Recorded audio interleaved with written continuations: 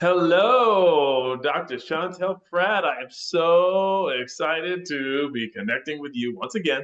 So So happy to be here. thank you for your time and being willing to share in this discussion. So we're so thankful that Dr. Prat, Dr. Chantel Prat, is on our board.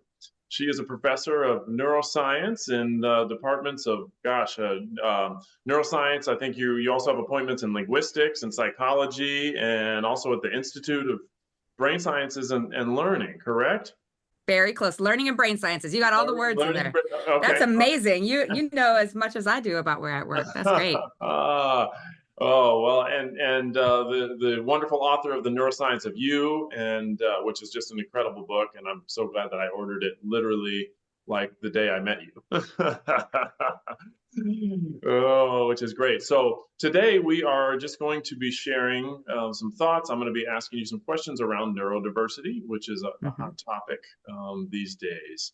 Hmm. And Dr. Pratt is one of the leading minds on this topic and this issue, and so it's an honor to be able to ask her some questions.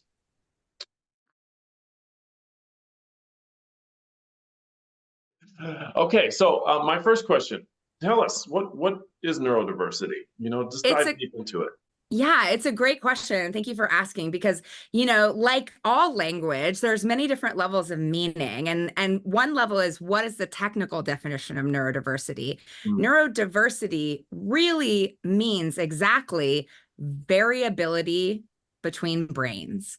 This is what I've been doing my whole life, under sort of trying to break away from the one size fits all model of how our brains give rise to our mind and our sense making systems to understand the important ways that brains differ. So, diversity is our differences, variability. And I know that in popular society, neurodiversity and neurodivergence, divergence means moving away from a center or a norm. And those two words are used interchangeably in society. And most frequently, they're used to talk about people who who have received some type of diagnosis of atypicality. So most commonly, if somebody is talking about neurodiversity, they're not talking about differences between brains within the quote unquote normal bucket. And I'll talk a little bit about that. But instead, they're talking about people who have been diagnosed with attention deficit, hyperactivity disorder, autism, dyslexia, dyscalculia, anything like that. Um, so I think that's a really good starting point, is just to acknowledge that there are important differences in the ways our brains shape our sense-making systems, and that these differences occur both within and outside of what I'm calling the normal bucket. mm, And within that space, I think it's really important to consider two ways that we define something as abnormal. I'm using air quotes because this is a big pet peeve of mine. So, sometimes, for every interesting way that a human being can show up, there's variability. And so, your way of being may be very typical or maybe very atypical. If I look at 100 or 1,000 or 100,000 people, mm, and one way that we talk about something being abnormal is just to say it's atypical. And usually, clinicians and psychologists, we sort of have randomly adopted this 5%, like something that occurs less than 5% of the population, as being atypical. It means that this way of being is rare. It doesn't necessarily mean, like, you could be on the very high end of intelligence and be atypical. Doesn't necessarily mean that that way of being is harming your way of functioning in society, which is the more common definition that we use. Is if something is dysfunctional, again, air quotes, meaning that it is hard for you to do the things that you need to do in the environment that you've been placed in, you may receive some type of a diagnosis. So something I like to explain to people right off the bat is that some of our most common conditions that fall under these neurodiverse labels, something like ADHD, which occurs in 11% of kids in America were diagnosed with ADHD the last 2 years, in the last 2 years. So that's like more than 1 in 10 kids. It's not that rare. It's not that rare. Dyslexia, 15 to 20% of people are diagnosed with dyslexia, 1 in 5. Wow. And there are a lot of adults running around this world with a non-diagnosed dyslexia. So I think, just understanding that neurodiversity is a way of talking about the way different brains make sense of the world and may struggle or succeed in different environments. That is true regardless of whether you have a label. I think that's a really important starting point.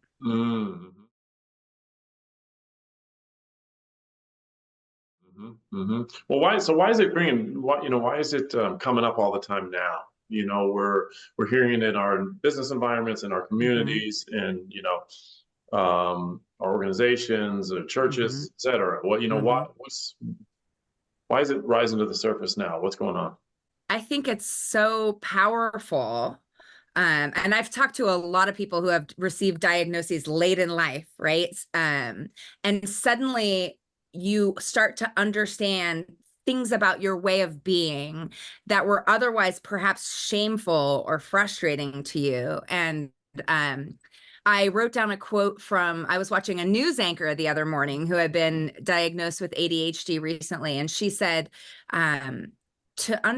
to begin to understand that these things about me that I've struggled with are not character flaws, but they're just differences in the way my brain works. So I think that an appreciation, so, moving away from this one size fits all model of how people think, process information, decide, and operate in the world, toward an understanding of all of the different ways that we make sense and operate in the world around us is really important. And in these kind of cases that are either rare or that are not fitting with our culture, our common work culture. And I think it's really important to talk about the role of culture and this dysfunction and atypicality. But people who are finding that the demands expected of them don't match the way their brains work are finding a lot of, they're feeling very empowered by understanding that their brain is what's making this hard for them. I'm really excited about that because I think there's space for that in our inclusion efforts of all types. I think that many of the things that you can do to create a trusting and safe work environment will help people whose brains don't work like the typical brain find opportunities to discuss strengths and accommodations and so forth and so on. So and again, if this could be true of 1 in 5 of your employees or 1 in 10 of your employees, like how much richer can your environment be if you start to acknowledge that there's a match between the demands we place on our brains and the way our brains work that we're not considering. Oftentimes we're doing a one size fits all work environment as well. Right.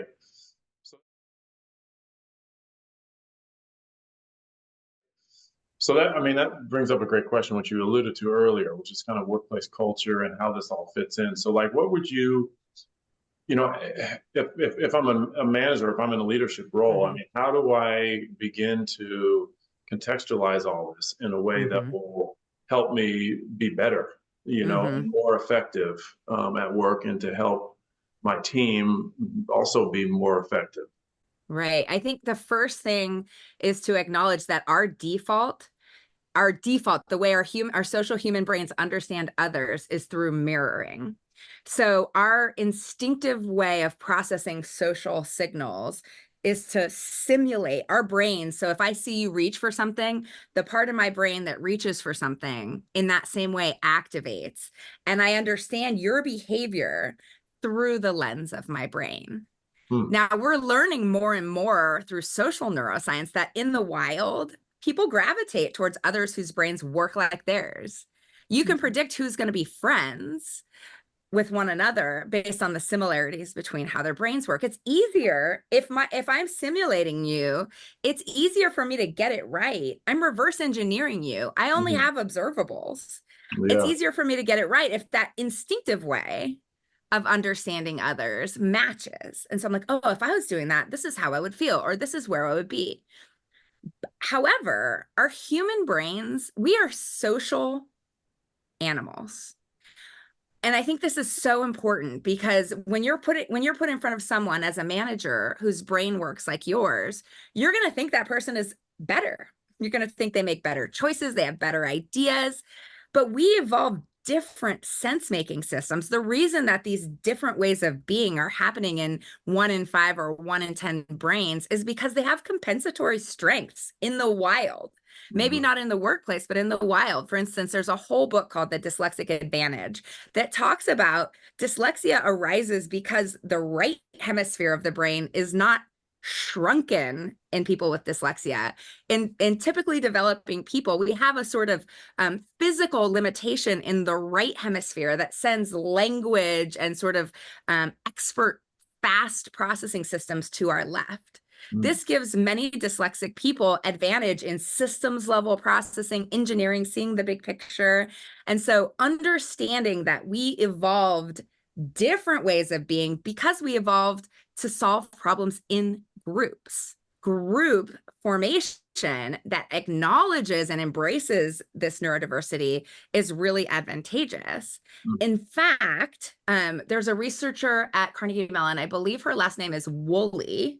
It's either Woolley or Woolette, but she has studied group functioning. She's created these tests that assess something like general IQ for groups. Okay. And she randomly assigns a group, puts them through a whole bunch of paces, many different kinds of problem solving, and then measures how well they function. She has been working on predictors of success in the groups. It has nothing to do with individual intelligence. It has nothing to do with the average intelligence of the group, the maximum intelligence of the person on the team. What it has to do with is our ability to reverse engineer the other minds on the team. So theory of mind, instead of just simulating, your ability to say, given these observables, what are the states that make sense for what's going on inside this person? Like the skill with which you can understand others is what drives team success. So I think just starting out by knowing how brains can be different, right, and how those differences have different matches with the environment is really important for sort of, even one-on-one mentoring, but also for like formulation and supporting teams with minds that work differently. Right. Okay.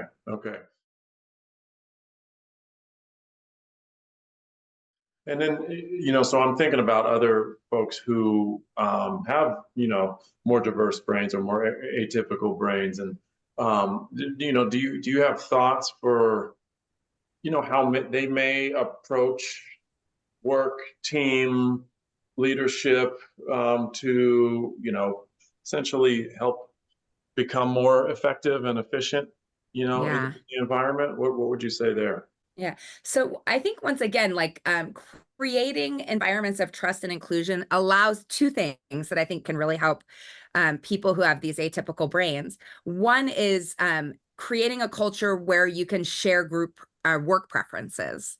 Nobody likes every part of their job, but there may be a case where people prefer something that surprises you, especially if you're using your own strengths to infer what you like. So having opportunities to share work preferences is one way to sort of sometimes easily adjust the way tasks are allocated in a way that might really surprise you. Like you might have someone who loves crunching numbers, someone who loves to write, someone who loves to speak on your team, and you might be giving all of those jobs to everybody. Another thing is that, again, with these cultures of inclusion, people feel more comfortable asking for accommodations, right? So imagine, there's this saying that I hear all the time at UW is like, this meeting could have been an email.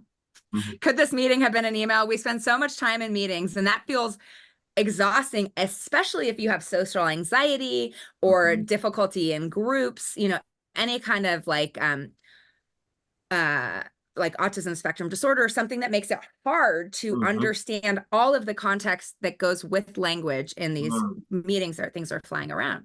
However, if you're a person who struggles just a little bit more with reading, maybe you read fluently, but perhaps it takes 10 or 15% more effort. Imagine how I I am looking at 7,000 unread emails right now. Yeah. Imagine how, if that is 10% harder for me, imagine how that changes my workload, right? So maybe you have teams that would rather meet than have, tons of emails. So anytime that you can ask for, could I just debrief with you once a week for 30 minutes and make sure I'm getting the important things Okay. out of the email, or 15 minutes, or, Mhm. things like that, accommodations like that, or like I need headphones in the workplace because it's really Yeah. hard for me to focus, or I need some space to work with the doors closed for 2 hours, Mhm. things like that. And create that culture of safety and inclusion. I think it's really important to educate yourself and the team members that these differences in how our brains work don't necessarily scale up to better or worse. If you have ADHD, it does not mean you're deficient or broken, or that your brain is worse than somebody who doesn't have ADHD. What it means is that you have a more difficult time selecting what you pay attention to based on a goal that your frontal lobe is representing. What that also means is that you're more likely to notice something that no one was expecting. Mm. And in the wild, if we're walking around in a family group in the woods, hunter gathering, and there's something that can eat us that we're not expecting, we need someone to notice that, right? Like it's an important Yeah. task. Right. And there's dynamics and creativity and things that come from having a brain that is more organically focused. Mm. So, I like to say that the human brain is not like a peacock tail. The peacock tail landed on this extravagant singular design because the bigger and brighter your tail is, the more ladies you get, period. It is a one size fits all for the peacock. Mm-hmm. The human brain evolved to solve problems in groups. There are trade-offs between the way all brains process information, and these things shape very low level ways of understanding the world. The people on your team are taking different things away from the same experiences. They're having different ideas. They have different formats of thought. The Mm-hmm. internet went wild when somebody posted on Twitter, I think it might have been like 2020, that many people don't have verbal thoughts. So I talk to myself in my head all the time. And sometimes when things get challenging for me, I talk outside of my head. But Mm-hmm. people who don't have very like fully fast verbal skills, or some people who just rely more on visual world, like my husband, thinks in PowerPoints. He thinks in images. He says, I think in Netflix on mute, maybe like scenarios going on. So we just assume that other people's minds work like ours do. Mm-hmm. Our code of thinking is different, and it relates to different things that we notice, and different, that whole stream of information processing is going to lead you to come up with different ideas about what works. And here's a Mm-hmm. fun fact, right? If you have more perspectives at the table, more sense making systems in your decision space, the Mm-hmm. tools you create are going to serve more people. Mm-hmm. Right? Right. If you think we all work the same and you're using this one size fits all approach, and you're creating a tool that it isn't going to work for 15% of the population. Like Mm-hmm. what if there's a tweak or an option or a variable you can make that will make that thing Mm. fit with different Yeah. brain?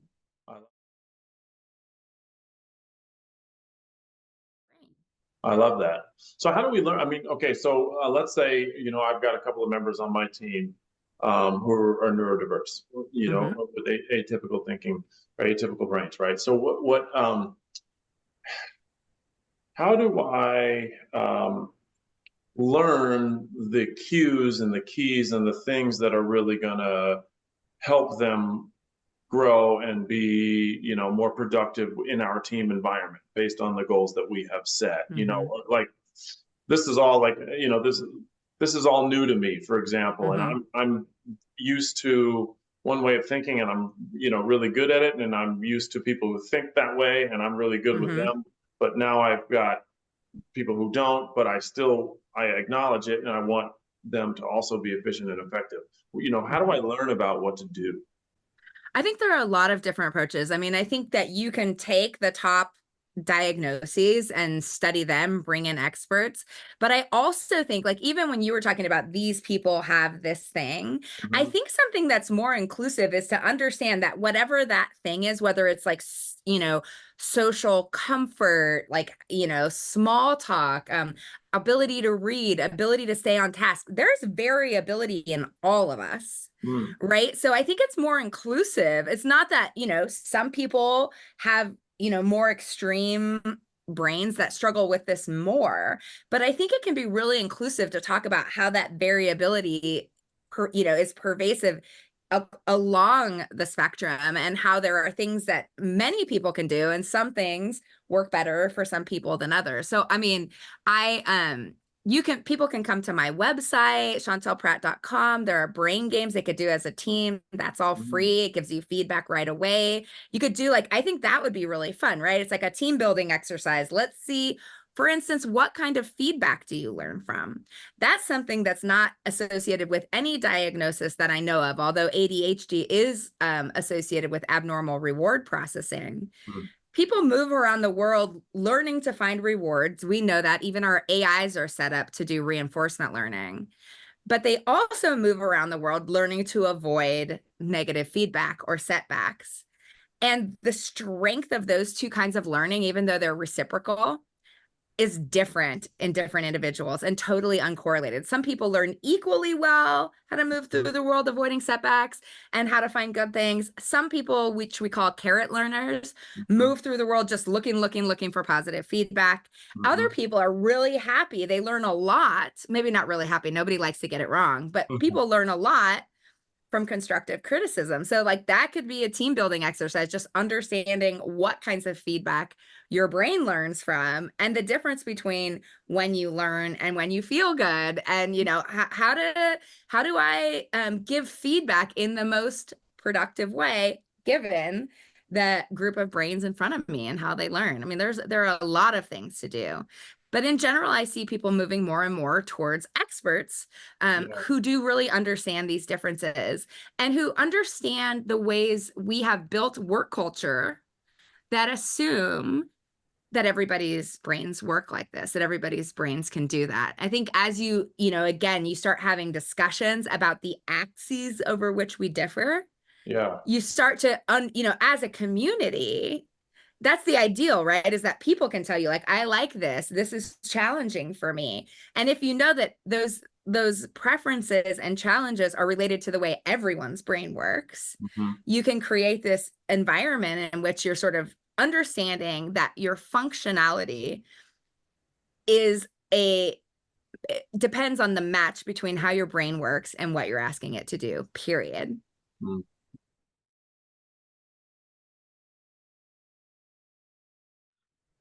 Wow, this is fascinating. Oh, this is really great. This is really great. What other thoughts do you have that you'd like to share with us on this topic? I am encouraged that people are thinking about neurodiversity. I'm encouraged that people are feeling empowered by understanding their brains. And I think that if this is handled well and with sensitivity, it can be a tool that empowers every person, right? So, like, and I think that that's part of it. You were saying, as a manager, as this, it's the same thing as an educator or as a parent. In an ideal world, we could create the perfect environment for every person that's perfectly tailored to their brain. But it requires a lot of knowledge. It requires a lot of resources. It may be impractical in some ways. But if people learn about themselves, if you create these trainings where people can learn about themselves and learn how to set what they, to ask questions about what they need, how they thrive, what they struggle with, if everyone becomes an expert on themselves, you empower them to take the job and then turn it into, put it into a context that they will thrive in. And that's kind of my dream for helping to educate people on how their brains work, all people, regardless of whether they have a diagnosis. Well, Dr. Pratt, this is awesome. Okay, you're amazing. And Thank you. I am so excited. Oh my gosh, I'm so excited to be able to share this with the All Truth family and beyond. And I'm excited for this the future field of neurodiversity and what you were going to be doing more of, and I'm looking forward to learning more. So I think that I think that give us some closing thoughts. Oh, I was just going to say, our diversity efforts have been focused on finding talent in places that we haven't been looking for it in, right? And that the success of these efforts, I think, is really tied to our ability to appreciate different sense-making systems. And I think to the extent that we can get more than anytime you go from one mind to two minds to three minds to four minds with different perspectives, with different strengths, and create a safe environment where you appreciate these different perspectives and can include like other sense-making systems, other ideas in your decision space, productivity is going to increase. The product you make is going to be better. People are going to feel more appreciated. They're going to feel a sense of purpose. And so I just think this is a great time for people to be thinking about how to include this in their training. I love it. I love it. Okay, remind us how we can find you again. You can find me at chantelprat.com, ChantelPrat.com. And if you want to start learning how your brain works, go to the Brain Games tab or get my book, The Neuroscience of You.